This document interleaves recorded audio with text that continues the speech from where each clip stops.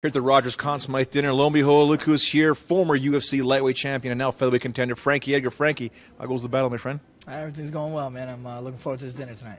So what brings you here, actually? I mean, you've done stuff with the Special Olympics before. Is something special to you? Yeah, the UFC asked me to help out with this Easter sales. Anything time we're helping kids out and kids with disabilities, it's always nice to give back. Do you have a difficult time coming in and seeing the kids? Because I smile when I see them. They're so full of energy. But as a father yourself, and you see that, it almost makes you want to do more for them. Yeah, you really wish you could do more. Having two young kids and seeing kids that are disabled, it hits home. And you wish you could, give these kids whatever they want. They were smiling ear to ear when they saw you and then Darcy Tucker and Chad Owens. What did you tell the little guys when you saw them?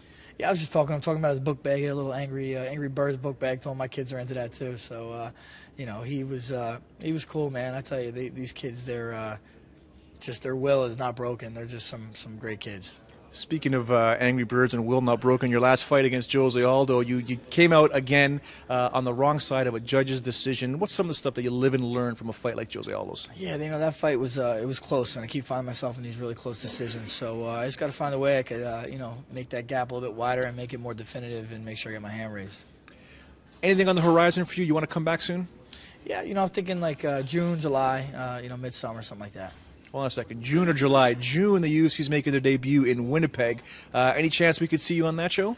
I don't know. We'll see. We'll have to see if some opponents arise or if the date works out. But I'm down for anything pretty much. And July happens to be one of your pals, Chris Weidman. He's taking on Anderson Silva. But don't you want a main event fight?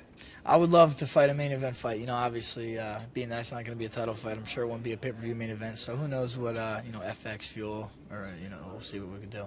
You and I talked a little earlier the importance of a 5-round fight. The question I posed that we posed to you was, could you do a 3-round fight? The answer is obviously yes, but you want a 5-round fight to keep your body going for a 5-round title fight. Yeah, that's what I've been used to doing for almost 3 years now, training for 5-round fights, and that's still my goal is to fight for that title. And I kind of want to keep my training camps the same, kind of just not get sidetracked saying, all right, we're just a regular, guy on the card. We want to be that main event. All right, Georges St-Pierre, a guy you know very well with the Renzo Gracie connection and the John Danaher connection. We can talk about John Danaher for a very long time, but we won't. He's taking on Nick Diaz next Saturday, UFC 158 in Montreal. As an analyst, how do you break down that fight? Yeah, obviously I train alongside George or friends, and we share a lot of same coaches. I think they both come in with strong cardio. George is a superior athlete. I think Nick would want to try to pressure him on his feet as much as he can. Try to avoid takedowns. But I think George, no one does it better than him and take people down.